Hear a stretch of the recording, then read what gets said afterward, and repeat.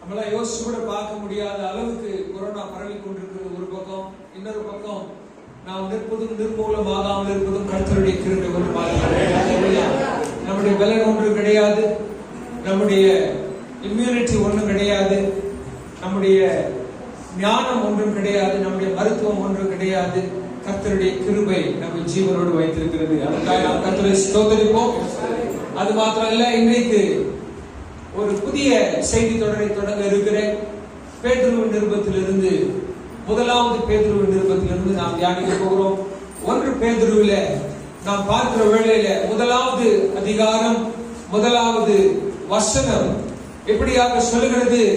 அது யாருக்கு எழுதப்பட்டது என்று சொன்னால், இயேசு கிறிஸ்துவின் அப்போஸ்தலனாகிய பேதுரு பொந்து, கலாத்தியா, கப்பத்தோக்கியா, ஆசியா, பித்தனியா தேசங்களிலே சிதறி இருக்கிறவர்களில் பிதாவாகிய தேவனுடைய முன்னறிவிப்பின்படியே ஆவியானவரின் பரிசுத்தமாக்குதலினாலே கீழ்ப்படுதலுக்கும் இயேசு கிறிஸ்துவினுடைய ரத்தம் தெளிக்கப்படுதலுக்கும் தெரிந்து கொள்ளப்பட்ட பரதேசிகளுக்கு எழுதுகிறதாவது என்று சொல்லி அவர் எழுதுகிறார். சிதறி இருக்கிறவர்களுக்கு எழுதுகிறார். அதிலேயும் குறிப்பாக தமிழ் வேதாகமத்தில் அழகாக சொல்லுகிறது, எப்பேற்பட்டவர்களுக்கு அவர் எழுதுகிறார்னா, தெரிந்து கொள்ளப்பட்ட பரதேசிகளுக்கு எழுதுகிறேன் என்று சொல்லி அவர் எழுதுகிறார். நல்ல கவனிக்க தேவ ஜனமே, ஒரு வகையில பார்க்க போனால் நீங்களும் நானும் கூட ஆண்டவராலே தெரிந்து கொள்ளப்பட்ட பரதேசிகளாக இருக்கிறோம். பொதுவா பரதேசின்னு சொன்னா நமக்கு கோபம் வரும், இல்லைன்னா நமக்கு கோபம் வரும்போதுதான் நாம் அதை சொல்லுவோம். நாம் வழக்கமாய் ஒண்ணு மற்றவங்களுக்கு கோபம் வருதா அவங்க நம்மள சொல்லுவாங்க, இல்லைன்னா நமக்கு கோபம் வருதா நம்ம அவங்கள சொல்லுவோம். அப்பேற்பட்ட வார்த்தை தான் பரதேசி என்கிற ஒரு வார்த்தை. ஆனால் வேதம் இங்கே சொல்லுகிறது, பேதுரு தெரிந்து கொள்ளப்பட்ட பரதேசிகளுக்கு, சாதாரண பரதேசிகள் அல்ல, நீங்கள் நானும் தெரிந்து கொள்ளப்பட்ட பரதேசிகள். ஆமென். ஹல்லேலூயா, ஹல்லேலூயா. நாம் இந்த தேசத்துக்குரியவர்களாக இருந்தாலும், இந்த பூமியில வாழ்ந்தாலும், நாம் போக வேண்டிய ஒரு தேசம் ஒன்று உண்டு. நாம் இங்கே பரதேசிகளாயும் அந்நியர்களுமாயும் சஞ்சரித்துக் கொண்டிருக்கிறோம் என்று வேதம் சொல்லுகிறது. இந்த சூழ்நிலையில பேதுரு எழுதும் பொழுது சபை சிதறி இருக்கிறதை பார்க்கிறோம். சபை முதலாவது வசனம் சொன்ன பல ஊர்களிலே, பொந்து, கப்பத்தோக்கியா, ஆசியா, பித்தனியா தேசங்களிலே சிதறி இருக்கிறதை பார்க்கிறோம். இந்த சபை சிதறடிக்கப்பட்டு உபத்திரவத்தினாலே பல இடங்களிலே அவர்கள் பிரிந்து போயிருந்தார்கள். யாரும் தங்கள் சுய தேசத்திலே இல்லை, சரீர பிரகாரமாயும் தங்கள் சுய தேசத்திலே இல்லை.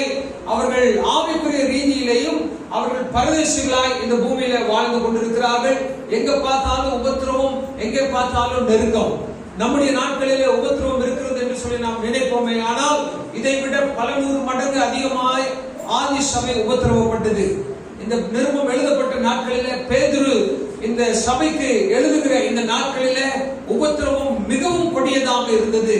எங்க பார்த்தாலும் சபை உபத்திரவப்பட்டது. அடிக்கப்பட்டார்கள், நொறுக்கப்பட்டார்கள், சித்திரவதை செய்யப்பட்டார்கள், பலர் சபையில கொல்லப்பட்டார்கள், சிதறடிக்கப்பட்டார்கள். நாம் கூடி வருகிறது போல சபை கூடி வரவும் அவர்களுக்கு சாக்கியம் இல்லாமல் இருந்தது. இந்த சூழ்நிலையில பேதுரு இவர்களை பார்த்து சொல்லுகிறார், நீங்கள் ஒரு விஷயத்தை நல்லா தெரிந்து கொள்ளுங்கள், நீங்கள் தெரிந்து கொள்ளப்பட்ட பரதேசிகளாக இருக்கிறீர்கள். ஆமென், ஹல்லேலூயா. பரதேசிகள் அப்படின்னா யாரு அப்படின்னா, அவர்கள் ஒன்றுமே இல்லாதவர்கள். இல்லாவிட்டால் ஒருத்தருக்கு சுதந்திரம் இல்லை, ஒருத்தருக்கு தங்குவதற்கு ஒரு சுதந்திரம் இல்லை, தங்குவதற்கு ஒரு இடம் இல்லை என்று சொன்னால் அவர்கள் தான் என்னன்னு சொல்லுவாங்க? பரதேசிகள் என்று சொல்லுவார்கள். அவர்களுக்கு நிரந்தரமான ஒரு இடம் கிடையாது, பெர்மனன்ட் அட்ரஸ் கிடையாது என்று சொன்னால் அவர்களை தான் பரதேசிகள் என்று சொல்லுவார்கள். ஆகவே இந்த ஜனங்களும் இப்பொழுது தங்களுடைய பெர்மனன்ட் அட்ரஸ் இல்லாமல் சிதறடிக்கப்பட்டிருக்கிறார்கள். இவர்களுக்கு கர்த்தர் இந்த பரதேசிகளுக்கு ஒரு சுதந்திரம் வைத்திருக்கிறார். அதை தான் இந்த நாள் காலை வேளையில நாம் பார்க்க போகிறோம். பரதேசிகளுக்கு ஒரு சுதந்திரம் உண்டு. ஆமென், ஹல்லேலூயா. ஒருவேளை நீங்க லிட்டரலி எழுத்தின் பிரகாரமாகவே பரதேசிகளாக இருக்கலாம், இல்லைன்னா ஆவிக்குரிய நிலையில பரதேசிகளாக இருக்கலாம்.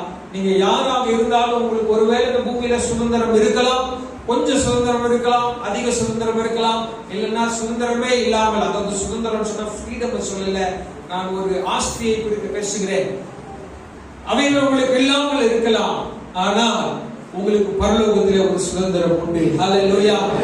ஏனென்றால் நீங்களும் நானும் சாதாரண ஆட்கள் அல்ல, தெரிந்து கொள்ளப்பட்ட பரதேசிகள். ஆமென். ஹல்லேலூயா. ஆண்டவர் நம்மை தெரிந்து கொண்டிருக்கிறார். அந்த தெரிந்து கொண்ட ஆண்டவர் நமக்கு ஒரு சுதந்திரத்தை வைத்திருக்கிறார். ஆமென். பக்கத்துல உங்களை பார்த்து சொல்லுங்க, ஆண்டவர் உங்களுக்கு ஒரு சுதந்திரத்தை வைத்திருக்கிறார். ஆமென். ஒருவேளை இந்த பூமியில உங்களுக்கு எந்த சுதந்திரமும் இல்லை, இல்லைன்னா எந்த ஒரு உடைமையும் இல்லை, எந்த சொத்து பத்து இல்லை, ஆஸ்தி இல்லை, எனக்கு தங்குறதுக்கு வீடு இல்லை என்று சொல்லி நீங்க சொல்லுகிற நிலையில இருக்கலாம். பரலோகத்திலே உங்களுக்கு ஒரு சுதந்திரம் உண்டு.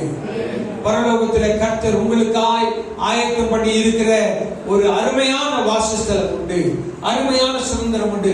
ஆகவே சிதறி இருக்கிற இந்த சபையாருக்கு பேதுரு 2 சுதந்திரத்தை குறித்து இந்த 1வது அதிகாரத்தில் சொல்லுகிறார். அதை தான் நாம் பார்க்க போகிறோம். முதலாவதாக அவர் சொல்லுகிறார், எப்பேற்பட்ட சுதந்திரம் இருக்கிறது இந்த தெரிந்து கொள்ளப்பட்ட பரதேசிகளுக்கு என்று சொன்னால், அழியாததும் மாசற்றதும் வாடாததும் ஆகிய சுதந்திரம். ஆமென். எப்பேற்பட்ட சுதந்திரம்? இந்த சுதந்திரத்திற்கு 3 குவாலிட்டி இருக்கு. அது எப்படிப்பட்டதுன்னா, அழியாதது. எல்லாரும் சொல்லுங்க, அழியாதது, மாசற்றது, வாடாதது. என்னுடைய சுதந்திரம் அழியாது, என்னுடைய சுதந்திரம் மாசற்றது, என்னுடைய சுதந்திரம் வாடாதது. ஹல்லேலூயா. பக்கத்துல இருக்கவங்கள பார்த்து சொல்லுங்க, என் சுதந்திரம் அழியாது, என் சுதந்திரம் மாசற்றது, என்னுடைய சுதந்திரம் வாடாது. ஹல்லேலூயா. இந்த பூமியில இருக்கிற சுதந்திரம் அழியும். இந்த பூமியில இருக்கிற சுதந்திரங்கள்ல 2 விதமா நம்முடைய சொத்துக்களை பிரிக்கலாம். ஒண்ணு அசையும் சொத்து, இன்னொன்னு அசையாத சொத்து. அசையாத சொத்துன்னா நம்முடைய நிலங்கள், வீடுகள் போன்றவைகளே அசையாத சொத்துக்களாய் சொல்லுவார்கள். அசையும் சொத்துனா நம்முடைய வாகனங்கள், மொபைல், அதாவது எதெல்லாம் அசையுமோ, எதெல்லாம் கார் போன்ற காரியங்கள். இந்த சொத்துக்களில பாத்தீங்கன்னா அந்த அசையும் சொத்துக்களாக இருக்கிறவைகள் பொதுவாக டிப்ரிசியேட் ஆகிட்டே இருக்கும். அதாவது அதனுடைய சொத்து மதிப்பு, அதனுடைய விலை குறைந்து கொண்டே இருக்கும். உதாரணத்துக்கு நீங்க ஒரு 10 லட்சம் ரூபாய் கார் வாங்குறீங்கன்னு, அடுத்த வருஷம் 22ல அது விற்கணும். அப்ப எவ்வளவு ரூபாய்க்கு அது விற்க முடியும்? அதுல இருந்து 1% குறைந்து விடும். ஒருவேளை 10%, 20% குறைந்து விடும். ஒரு 3 வருஷம் கழிச்சு நீங்க அதை வித்தீங்கன்னா விலை என்ன ஆயிரும்? பாதி ஆயிரும். அதே நீங்க ஒரு அசையாத சொத்துல நீங்க முதலீடு செய்வீர்களே, ஆனால் ஒரு நிலமோ இல்ல மற்ற காரியங்களோ, அது என்ன ஆகும்? விலை ஏறிட்டே இருக்கும்.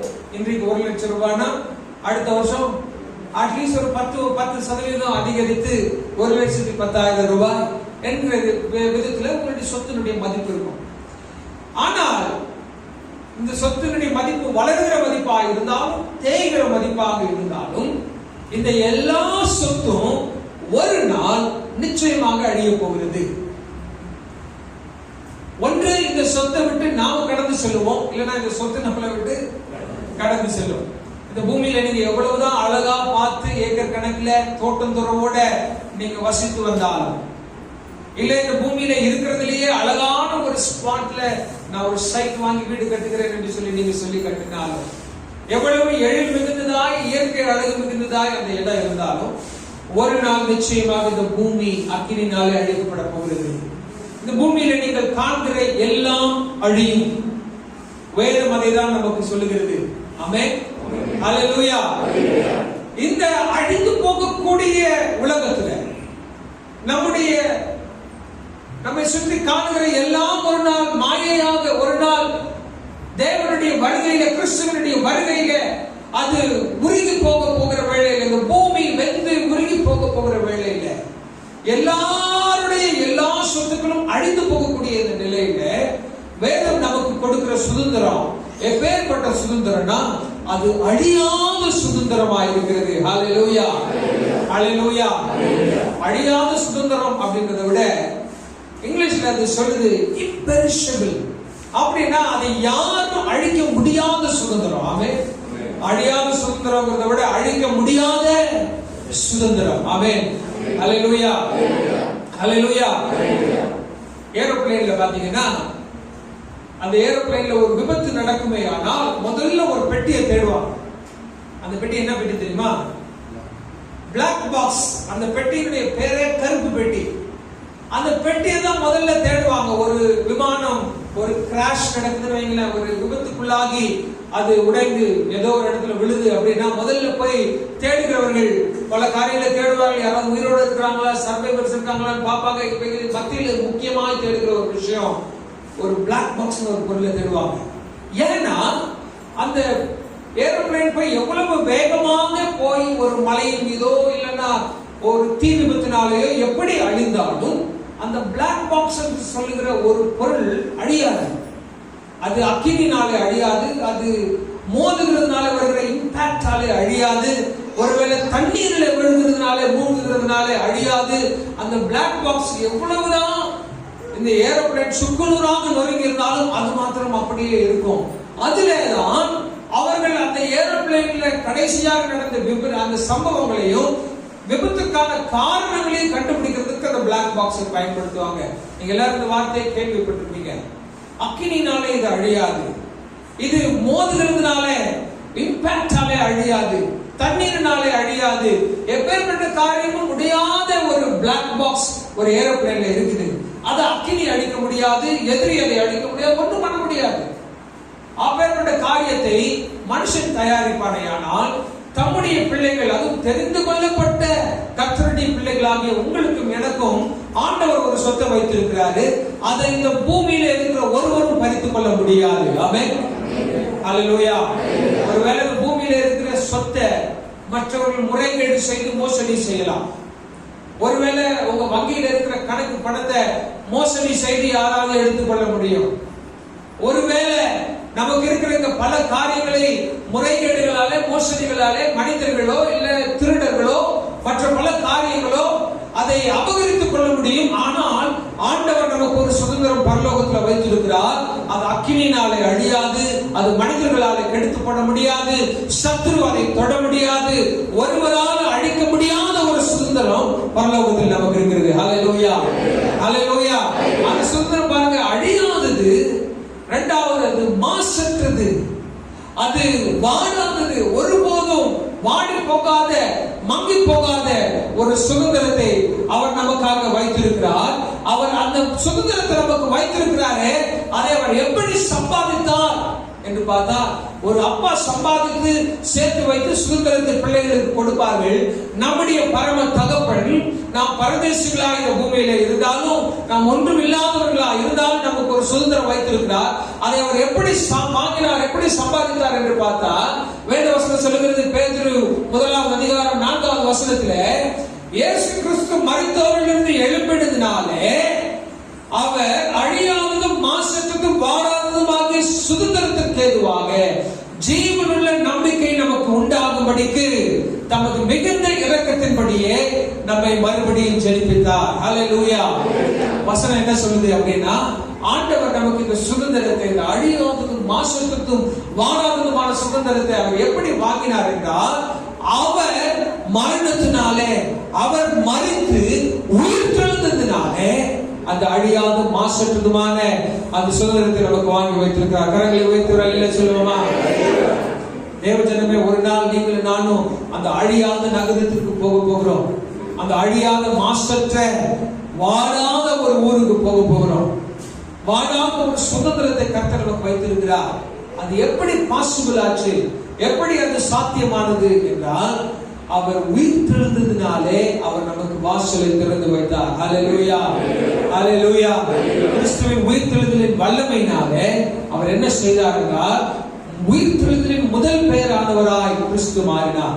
அவர் உயிர்த்தெழுதலின் முதல் பெயரானவராய் கிறிஸ்து இருக்கிறதுனாலே ஒரு நாள் அவருக்குள்ளாக மீட்கப்பட்டிருக்கிற, அவருக்குள்ளாக மறுபடியும் பிறந்திருக்கிற நீங்களும் நானும், ஆமென், அவருடைய உயிர்த்தெழுதலினாலே மறுபடியும் பிறந்திருக்கிற நீங்களும் நானும் ஒரு நாள் நிச்சயமாய் அந்த சுதந்திரத்தை அடைய போகிறோம். தேவஜனமே, கிறிஸ்து ஒருவேளை உயிர்த்தெழாவிட்டார், கிறிஸ்து ஒருவேளை தான் சொன்னபடி உயிர்த்தெழாமல் போயிருப்பாரே, ஆனால் இந்த சுதந்திரம் நமக்கு கண்டிப்பாக கிடைத்திருக்காது. ஒருவேளை கிறிஸ்து நமக்காய் வந்து நமக்கு இந்த மறுபடியும் பிறக்கிற இந்த அனுபவத்தை, ரட்சிப்பின் அனுபவத்தை அவர் கொடுக்காமல் இருந்திருந்தார். அவர் நம்மை தன்னுடைய ரத்தத்தினாலே மீட்டெடுக்காமல் இருந்திருந்தார், அவர் நம்மை தெரிந்தெடுக்காமல் இருந்திருந்தார், இந்த சுதந்திரம் நமக்கு கிடைச்சிருக்காது. ஆண்டவர் நம் ஒவ்வொருவரையும் தெரிந்து கொண்டிருக்கிறார். அவர் தெரிந்து கொண்டபடியினாலே அவர் என்ன பண்ணியிருக்கிறார், தன்னுடைய உயிர்த்தெழுதலாலே நமக்கு அழிவில்லாத சுதந்திரத்தை கொடுத்திருக்கிறார். ஆமென், அல்லேலூயா, அல்லேலூயா. அவர் உயிர்த்தெழுதலாலே நமக்கு வருகிற நம்பிக்கை என்னன்னா, அந்த அவருடைய உயிர்த்தெழுதலாலே நாமும் கூட அழிவுள்ளவர்களாகிய நாம், mortal men, அழிவுள்ளவர்களாகிய நாம், நம்முடைய சரீரம் அழிவில்லாததுன்னு சொல்ல முடியுமா? நாம் அழிவில்லாதவர்கள் சொல்ல முடியுமா? நிச்சயமாக ஒரு நாள் நாம் மரிக்க போகிறோம். நீங்க விரும்புறீங்களோ இல்லையோ, எத்தனை வயசுலயோ, ஒரு நாள் நிச்சயமாக என்ன உண்டு? மரணம் உண்டு. ஒரு முறை ஒருத்தன் பிறந்தா ஒரு முறை நிச்சயமா என்ன செய்யணும்? மரிக்கணும். மரணம் நமக்கு உண்டு. இந்த சரீரம் ஒரு நாள் அழிந்து போக போகிறது. இந்த சரீரம் எவ்வளவு வேணா அழகாக இருக்கலாம். ஒருவேளை நீங்க miss world, miss universe, mister world, mister India போன்ற பட்டங்களை பெற்றிருக்கலாம். நீங்க மிஸ்டர் இந்தியா அப்படிங்கிறதுனால, மிஸ்டர் இந்தியா இறந்ததுக்கு அப்புறம் இவர் மிஸ்டர் இந்தியா ஆணழகன் என்ற பெயர் கொண்டவர் என்று சொல்லி யாரும் அவருடைய சரீரத்தை வீட்டிலேயே வச்சிருக்க மாட்டாங்க. இவர் ஆணழகன் இல்லைன்னா உலக அழகி, தென்னிந்திய அழகி அப்படின்னு சொல்லி இறந்து போனா அந்த சடலத்தை வீட்டிலேயே ஒரு மாசம் வச்சிருப்போமா? ஏன்னா எவ்வளவு அழகாக இருந்தாலும், எவ்வளவுதான் நாம இந்த சரீரத்தை அழகூட்டி அதை சீராட்டி வைத்திருந்தாலும் இந்த சரீரம் அழிவுள்ளது. ஆமென். இந்த சரீரத்துல ஏஜிங் அப்படின்னு ஒண்ணு நடக்குது. யாருக்கும் பிடிக்காத ஒரு விஷயம், ஆனால் யதார்த்தமான ஒரு விஷயம். ஏஜிங், வயது முதிர்வு. அந்த வயது முதிர என்ன ஆகும்? முகத்துல 16 வயதில் இருந்த அந்த பொலிவு 40 வயசுல இருக்குமா? அதை கொண்டு வர்றதுக்கு ஏஜ் மிரக்கிள், என்னென்னமோ மிரக்கிள் எல்லாம் பண்ணி, என்னென்னமோ கிரீம் எல்லாம் போட்டு, என்னென்னமோ காஸ்மெட்டிக் சர்ஜரி எல்லாம் பண்ணி, இன்ஜெக்ஷன் எல்லாம் போட்டு, என்னென்னமோ பண்ணி ஜனங்கள் இந்த ஏஜிங்கை ஃபைட் பண்ணணுங்கிறதுக்காக, இந்த வயசாகிறதை தடுக்கணுங்கிறதுக்காக ஆன்டி ஏஜிங் ட்ரீட்மெண்ட் சொல்லுவாங்க. வயதாவதற்கு எதிரான சிகிச்சைகள். எவ்வளவுதான் சிகிச்சை செய்தாலும் வயசாகிறது தடுக்க முடியுமா? நிச்சயமாக முடியும். இந்த சரீரம் அழிவுக்குரியது. இந்த சரீரம் ஒரு நாள் எவ்வளவுதான் அழகான, எவ்வளவுதான் திடகாத்திரமான, எவ்வளவுதான் ஜிம்முக்கு போய் 6 பேக் 8 பேக்ஸ் எல்லா பேக்ஸும் வச்சிருந்தாங்க, ஒரு நாள் நிச்சயமாக என்ன ஆக போகிறது? இந்த சரீரம் மண்ணோடு மண்ணாக போக போகிறது. தூளுக்கு தூளாகவும் சாம்பலுக்கு சாம்பலாகவும் அப்படின்னு சொல்லி அடக்கம் செய்யப்பட போகிற ஒரு சரீரம். ஆனால் வேதம் இந்த சரீரத்தை குறித்து சொல்லுகிறது, கர்த்தருடைய பிள்ளைகளாகிய நீங்களும் நானும் அழிவுள்ளதாய் விதைக்கப்படுவோம். ஒரு நாள் கல்லறையில கொண்டு போய் நம்மை அழிவுள்ளதாய் விதைப்பார்கள், ஆனால் அது அழியாமையாய் அறுவடை செய்யப்படும். அல்லேலூயா. சாவுக்குரிய இந்த சரீரம் ஒரு நாள் சாவாமையை தரித்துக் கொள்ளும். அழிவுக்குரிய இந்த சரீரம் ஒரு நாள் அழியாமையை தரித்துக் கொள்ளும். அந்த நாளிலே வேதம் சொல்லுகிறது, மரணமே உன் கூரெங்கே, பாதாளமே உன் ஜெயமெங்கே. மரணம் விழுங்கப்படும், பாதாளம் மேற்கொள்ளப்படும். அது எப்பொழுது நடக்கும் என்றால், கிறிஸ்துவுடைய பிள்ளைகளாகிய, கர்த்தருடைய பிள்ளைகளாகிய நீங்களும் நானும் ஒரு நாள் கிறிஸ்துவை போலவே உயிர் தெழுகிற நாளிலே. ஹல்லேலூயா, ஹல்லேலூயா. தேவஜனமே, இன்றைக்கு நம்முடைய சரீரம், ஒருவேளை வயதானவர்களுடைய சரீரம் பல பாடுகள் நிறைந்ததாய், பல வியாதிகள் நிறைந்ததாய், அழிவுள்ளதாய் காணப்பட்டது. ஆனா ஒரு நாள் நாம் அழியாதிருக்கிற ஒரு சுதந்திரத்தை, மாசற்ற ஒரு சுதந்திரத்தை, அது மட்டும் இல்ல மாறாதிருக்கிற ஒரு சுதந்திரத்தை நாம் தரித்துக் கொண்டு போகிறோம், நாம் பெற்றுக்கொள்ள போகிறோம். அது கிறிஸ்துவனுடைய உயிர்த்தெழுதலினாலே நமக்கு கிடைத்தது. முதலாவது கர்த்தர் நமக்கு கொடுக்கிற சுதந்திரம் அழியாமை, மாசற்றதும் வாராததும் ஆகிய சுதந்திரம். இரண்டாவதாக அவர் நமக்கு வைத்திருக்கிற சுதந்திரம் எப்பேற்பட்ட சுதந்திரம் அப்படின்னு பாத்தீங்கன்னா, அது பரலோக சுதந்திரம். எல்லாரும் சொல்லுங்க பார்க்கலாம், எப்பேற்பட்ட சுதந்திரம்? பரலோக சுதந்திரம். எல்லாரும் சொல்லுங்க பார்க்கலாம். ஓகே. பேதுரு இங்கே கர்த்தருடைய பிள்ளைகளை பார்த்து, சிதறடிக்கப்பட்டவர்களை பார்த்து அவர் சொல்றாரு, நீங்க தெரிந்து கொள்ளப்பட்டவர்கள் ஆனால் பரதேசிகளா இருக்கிறீர்கள். பரதேசி அப்படின்னா என்னன்னா, இன்னொரு விதத்துல சொல்லப்போனா பரதேசினா ஒரு டிராவலர், ஒரு பிரயாணி, ஒரு பிரயாணம் செய்கிறவன். அவன் ஒரு இடத்துக்கு போகிறான், ஒரு இடத்தை நோக்கி அவன் பிரயாணம் செய்து கொண்டிருக்கிறான். அவன் அந்த இடத்துக்கு போய் அடையும் வரைக்கும் அவன் தன்னுடைய பிரயாணத்தை நிறுத்த மாட்டான்.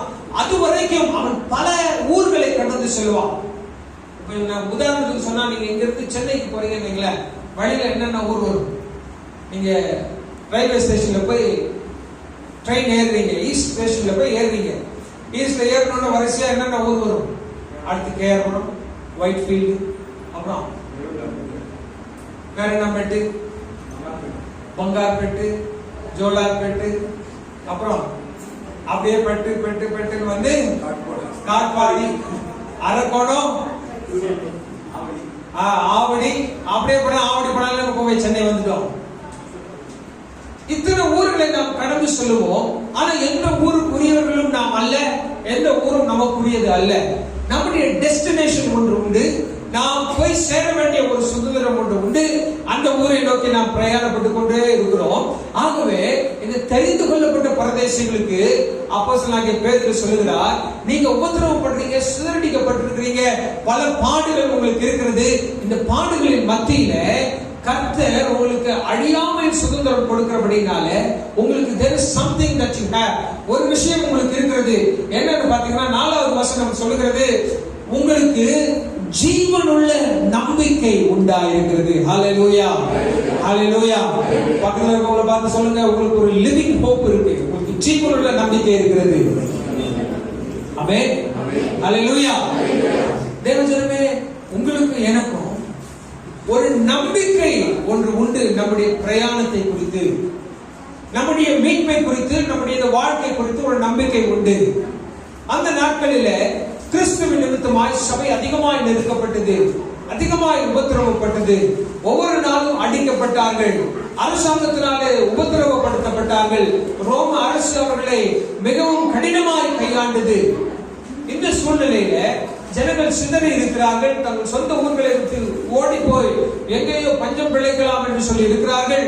இப்பேற்பட்ட சூழ்நிலையில அவர்களுக்கு நம்பிக்கையற்ற நிலைமையில ஒரே ஒரு நம்பிக்கை இருக்கிறது. அந்த நம்பிக்கை எப்படிப்பட்டதுன்னா ஜீவனுள்ள நம்பிக்கை. ஆமென், நல்ல சொல்லுங்க, ஜீவனுள்ள நம்பிக்கை. தேவஜனமே, இன்னைக்கு ஒருவேளை நம்முடைய வாழ்க்கையில நம்பிக்கையற்ற பல சூழ்நிலைகள் இருக்கலாம். நம்முடைய வாழ்க்கையில எதிர்காலத்தை குறித்த, இல்லாவிட்டால் நம்முடைய குடும்பத்தை குறித்த, இல்லைன்னா நம்முடைய கெரியரை குறித்த நம்பிக்கை நமக்கு இல்லாமல் இருக்கலாம். ஒருவேளை இந்த கொரோனாவின் நாட்களில் என்ன ஆகுமோ என்று சொல்லுகிற பயம் உங்களுக்குள்ள இருக்கலாம். ஒருவேளை அநேகரை குறித்து நாம் கேள்விப்படுகிறோம், நமக்கு தெரிந்தவர்களும் கூட அநேக கொரோனாவால பாதிக்கப்பட்டிருக்கிறார்கள். எனக்கு என்ன ஆகுமோ, என் குடும்பத்துக்கு என்ன ஆகுமோங்கிற ஒரு நம்பிக்கையற்ற சூழ்நிலை, ஹோப்லெஸ்னஸ் உங்களுக்குள்ளாக இருக்கலாம். ஆனா நமக்கு ஒரு நம்பிக்கை உண்டு. அந்த நம்பிக்கை எப்பேற்பட்ட நம்பிக்கைனா, அது நித்தியத்தை குறித்த நம்பிக்கை. அந்த நம்பிக்கையை தான் வேதம் சொல்கிறது, அது ஜீவனுள்ள நம்பிக்கை. ஆமென், ஹalleluya. அந்த ஜீவனுள்ள நம்பிக்கை எப்படிப்பட்ட நம்பிக்கையா இருக்குதுன்னா, அதோடைய ஆங்கர் எங்க இருக்குது, அதோடைய மையம் எங்க இருக்கிறது என்று சொன்னால், அது பரலோகத்திலே நித்தியத்தை குறித்த நம்பிக்கையா இருக்கிறது. அந்த நம்பிக்கையினுடைய ஆசீர்வாதம் நித்தியத்திற்கு மாத்திரமல்ல, இந்த சரீரத்திற்குரியதாயும் இருக்கிறது. ஆமென், ஹalleluya, ஹalleluya. இந்த சுதந்திரத்தை குறித்து வேதம் சொல்கிறது, இது பரலோக சுதந்திரம். ஒரு நாள் நீங்களும் நானும் பரலோக சுதந்திரத்தை அடைய போகிறோம். ஒரு நாள் நீங்களும் நானும் கர்த்தராலே அழைக்கப்பட போகிறோம். எப்படி அப்படின்னா, அவர் சொல்லுவாரு, உண்மையும் முத்தமும் உள்ள ஊழியக்காரனே, உன்னுடைய எஜமானுடைய சந்தோஷத்தில் என்ன பண்ணு. கர்த்தர் நம்மை பார்த்து சொல்ல போகிறார், உண்மையும் முத்தமும் உள்ள ஊழியக்காரனே, உன்னுடைய எஜமானுடைய வீட்டில நீ பிரவேசி. இந்த பூமியிலே நீ செய்த பல காரியங்கள் உண்டு, எனக்காய் நீ செய்தவைகள் உண்டு, இவைகளுக்காக ஒரு பலனை நான் வைத்திருக்கிறேன். ஆகவே அவருடைய எஜமானுடைய சந்தோஷத்துக்குள்ள பிரவேசி என்று சொல்லி. ஆனால் அதோடு கூட பரலோக சந்தோஷம் நின்று போவதில்லை. அதோடு கூட பரலோக சந்தோஷம் முற்று பெறாமல் இந்த பூமியிலே நாம் வாழ்கிற வாழ்க்கையிலே அந்த சந்தோஷம், அது அந்த சந்தோஷத்தினுடைய ஆசீர்வாதம் இருக்கிறதை நாம் பார்க்கிறோம். என்ன அப்படின்னு பார்த்தீங்கன்னா, ஆண்டவர் இந்த பூமியில கர்த்தருடைய பிள்ளைகளுக்கு சுதந்திரத்தை வைத்திருக்கிறார், ஆசீர்வாதத்தை வைத்திருக்கிறார். பரலோகத்துல மாத்திரமல்ல, இந்த பூமியிலேயே நமக்கு விடுதலையை வைத்திருக்கிறார். இந்த பூமியிலேயே கர்த்தருடைய பிரசன்னம் நம்மை பாதுகாக்க போகிறது. ஆகவே இந்த பரதேசிகளை பார்த்து பேதுரு சொல்லுகிறார், இந்த ஜீவனுள்ள நம்பிக்கையை நீங்கள் பற்றிக் கொண்டிருக்கிறீர்கள். காரணம், உனக்கு ஒரு சுதந்திரம் உண்டு. நிச்சயமாகவே முடிவுண்டு. உன் நம்பிக்கை வீண் போகாது. கர்த்தருக்காய் காத்திருக்கிறவர்கள் புதிய பலன் அடைவார்கள். அவர்கள் ஓடினாலும் இளைப்படையார்கள், நடந்தாலும் சோர்வடையார்கள். கர்த்தருக்கு காத்திருக்கிறவர்களுக்கு கர்த்தர் கொடுக்கிற பலன், கர்த்தர் கொடுக்கிற அந்த ஆசீர்வாதம், அந்த ஹோப், அந்த நம்பிக்கையை பற்றி கொண்டிருக்கிறவர்களுக்கு கர்த்தர் கொடுக்கிற சுதந்திரம் உண்டு. அந்த சுதந்திரத்தினுடைய ஒரு எப்படி சொல்லப்போனா, அந்த சுதந்திரத்தினுடைய ஒரு கிளிம்ஸ், அந்த சுதந்திரத்தினுடைய ஒரு சின்ன துணிக்கை, இந்த பூமியில கிடைக்கிற ஆசீர்வாதம், அதனுடைய நிறைவு பரலோகத்திலே நமக்கு கர்த்தர் வைத்திருக்கிற அழியாததும் மாசற்றதும் வாடாததும் ஆகிய சுதந்திரம், பரலோக சுதந்திரம். அல்லேலூயா, அல்லேலூயா, அல்லேலூயா. தேவஜனமே, எந்த காரியத்தை குறித்து நீங்க கலங்க வேண்டாம். இந்த சிதறி இருக்கிற சபையை பார்த்து பேதுரு சொல்லுகிறது போல, ஜீவனுள்ள நம்பிக்கை உடையவர்களாக இருங்கள். ஜீவனுள்ள நம்பிக்கையை பற்றிக் கொண்டிருங்கள். அப்படி பற்றிக் கொண்டிருக்கும் பொழுது கர்த்தர் நமக்காய் ஒரு சுதந்திரத்தை நிச்சயமாக வைத்திருக்கிறார். அல்லேலூயா, அல்லேலூயா. இன்றைக்கு ஒருவேளை உங்களுடைய வாழ்க்கையில நம்பிக்கையற்றதா இருக்கிற சூழ்நிலை என்ன? ஒருவேளை உங்களுடைய விசுவாசம் தளரக்கூடிய அளவுக்கு உங்களுக்கு நெருக்கங்கள் இருக்கலாம். இந்த கொரோனாவின் நாட்களில ஒருவேளை உங்களுடைய பொருளாதாரம் பாதிக்கப்பட்டிருக்கலாம், உங்களுடைய வியாபாரம் பாதிக்கப்பட்டிருக்கலாம், உங்களுடைய ஊழியங்கள் முடங்கி கிடக்கலாம். இந்த கொரோனாவின் நாட்களில ஒருவேளை நான் வளர வேண்டும், நான் அடைய வேண்டும் என்கிற வளர்ச்சி நான் இன்னும் அடையவில்லையே, அதெல்லாம் முடக்கப்பட்டிருக்கிறதே என்று சொல்லி நீங்கள் சொல்லலாம். ஒருவேளை வியாதியின் படுக்கையில நீங்கள் இருக்கலாம், ஒருவேளை கடன் பிரச்சனையில நீங்கள் இருக்கலாம். எப்பேற்பட்ட பிரச்சனையாக இருந்தாலும் ஒரு விஷயம் மாத்திரம் எல்லாவற்றிற்கும் மேலோங்கி நம்முடைய உள்ளத்துல நிற்கிறோம். அது என்னன்னா, ஒரு ஜீவனுள்ள நம்பிக்கை. ஆண்டவர் எனக்கு அழிவுள்ளதும் மாசற்றதும் வாடாததும் ஆகிய பரலோக சுதந்திரத்தை வைத்திருக்கிறார். அந்த சுதந்திரத்தை அவர் வைத்திருக்கிறபடினால நான் ஒருபோதும் சோர்ந்து போகாமல் ஓடுவேன். பரலோக சுதந்திரத்தை அவர் கொடுத்துட்டார்னா அதுக்கு எக்ஸ்ட்ராவான பெனிஃபிட்ஸ், அதற்கு கொஸ்டரா வரக்கூடிய இந்த பூமிக்குரிய எல்லா ஆசீர்வாதத்தையும் கர்த்தர் எனக்கு கட்டாயமாக கொடுப்பார் என்கிற ஒரு நம்பிக்கை. ஆமென், அல்லேலூயா, அல்லேலூயா. தேவஜனமே, அந்த பரலோக நம்பிக்கை நமக்கு உண்டாச்சுன்னா இந்த பூமிக்குரிய காரியங்கள் நமக்கு பெருசா தெரியவே தெரியாது. அந்த பரலோக நம்பிக்கை நமக்கு உண்டாச்சுன்னா இந்த பூமிக்குரிய பாடுகளை நாம் சந்திக்கக்கூடிய பலன் நமக்கு உண்டாகும். ஏன்னா நிச்சயமாகவே கர்த்தர் என்னை கரை செய்வார். நிச்சயமாகவே அவர் எனக்காய் காரியங்களை செய்து முடித்து எனக்கு அவர் வைத்திருக்கிற சுதந்திரத்தை கொடுப்பார் என்ற நம்பிக்கை நமக்கு வந்துச்சுன்னா, யோசிச்சு பாருங்களேன், ஆண்டவர் பரலோகத்துல உங்களுக்கு சுதந்திரத்தையே கொடுப்பார்னா அவர் உங்கள் பிரயாணத்தை பார்த்துக் கொள்வதில் அதிக நிச்சயம். ஆமென், அல்லேலூயா, அல்லேலூயா. வேத வசனத்துக்கு முதலாவது தேவனுடைய ராஜ்யத்தை, அவருடைய நீதி தேடுங்கள், அப்படி இவைகள் எல்லாம் உங்களுக்கு கூட கொடுக்கப்படும். எவைகள்? என்ன உண்போம், என்னத்தை உடுப்போம், எதை செய்வோம், நாளைய தினத்தை குறித்த கவலை, இவைகள் எல்லாவற்றையும் குறித்து கவலைப்படுகிறவர்களை பார்த்து ஆண்டவர் சொல்லுகிறார், நீங்க இதெல்லாம் குறித்து கவலைப்படாதீங்க, இதெல்லாம் உங்களுக்கு கொசு மாதிரி நான் உங்களுக்கு கொடுப்பேன். ஆமென், ஆமென். ஆனா உண்மையான ஆசீர்வாதம் இவைகள் அல்ல. உண்மையான ஆசீர்வாதம் பரலோகத்தில் இருக்கு. உண்மையான ஆசீர்வாதம் அழிவில்லாததா, மாசற்றதா, வாடாததா, பரலோகத்துல கர்த்தர் வைத்திருக்கிற அவருடைய சுதந்திரம், அதனுடைய பிரதிபலிப்பு இந்த பூமிக்குரிய தேவை. தேவஜனமே, ஒரே ஒரு வார்த்தையோடு நான் முடிக்க விரும்புகிறேன். பரலோக சுதந்திரத்தை அழிவில்லாததையே ஆண்டவர் உங்களுக்கு கொடுப்பாரே, ஆனால் இந்த அழிவுள்ளவைகளை அவர் கொடுப்பது அதிக நிச்சயம். தன்னுடைய சொந்த குமாரனையே அவர் நமக்கு கொடுப்பாரே, ஆனால் அவரோடு கூட இந்த உலகத்திற்குரிய காரியங்களை, தேவைகளை அவர் அருளாதிருப்பது எப்படி என்று வேதம் சொல்கிறது. பரலோகத்தில் இருக்கிறதுலே பெஸ்ட் கிஃப்ட் இயேசு கிறிஸ்து தான். அந்த இயேசு கிறிஸ்து நமக்கு கொடுத்த பெஸ்ட் கிஃப்ட் பரலோகம். ஆமென். பரலோகம் நமக்கு கொடுத்த பெஸ்ட் கிஃப்ட் யாரு? இயேசு கிறிஸ்து. அந்த இயேசு கிறிஸ்து நமக்கு கொடுக்கிற பெஸ்ட் கிஃப்ட் என்ன? பரலோகம். ஆகவே இந்த பெஸ்ட் கிஃப்ட் நமக்கு கிடைச்சிச்சுன்னா அதோட கூட சேர்ந்து இந்த சின்ன சின்ன காரியங்கள், நம்முடைய எதிர்காலத்தை குறித்த கலங்குகள், நம்முடைய பொருளாதார தேவைகள், நம்முடைய சுகம், நம்முடைய எல்லா இந்த இவைக்குரிய தேவைகளை கர்த்தர் நிச்சயமாய் சந்திப்பார். அந்த நம்பிக்கையோடு கூட சபையாரே யார இந்த தெரிந்து கொள்ளப்பட்ட பரதேசிகளை பார்த்து பேதுரு சொல்லுகிறார், ஜீவனுள்ள நம்பிக்கையுடையவர்களாய் இருங்கள். ஆமென். ஹல்லேலூயா. பக்கத்துல உங்களை பார்த்து சொல்லுங்க, நான் பரதேசி தான், ஆனா ஜீவனுள்ள நம்பிக்கை உள்ள பரதேசி. ஹல்லேலூயா.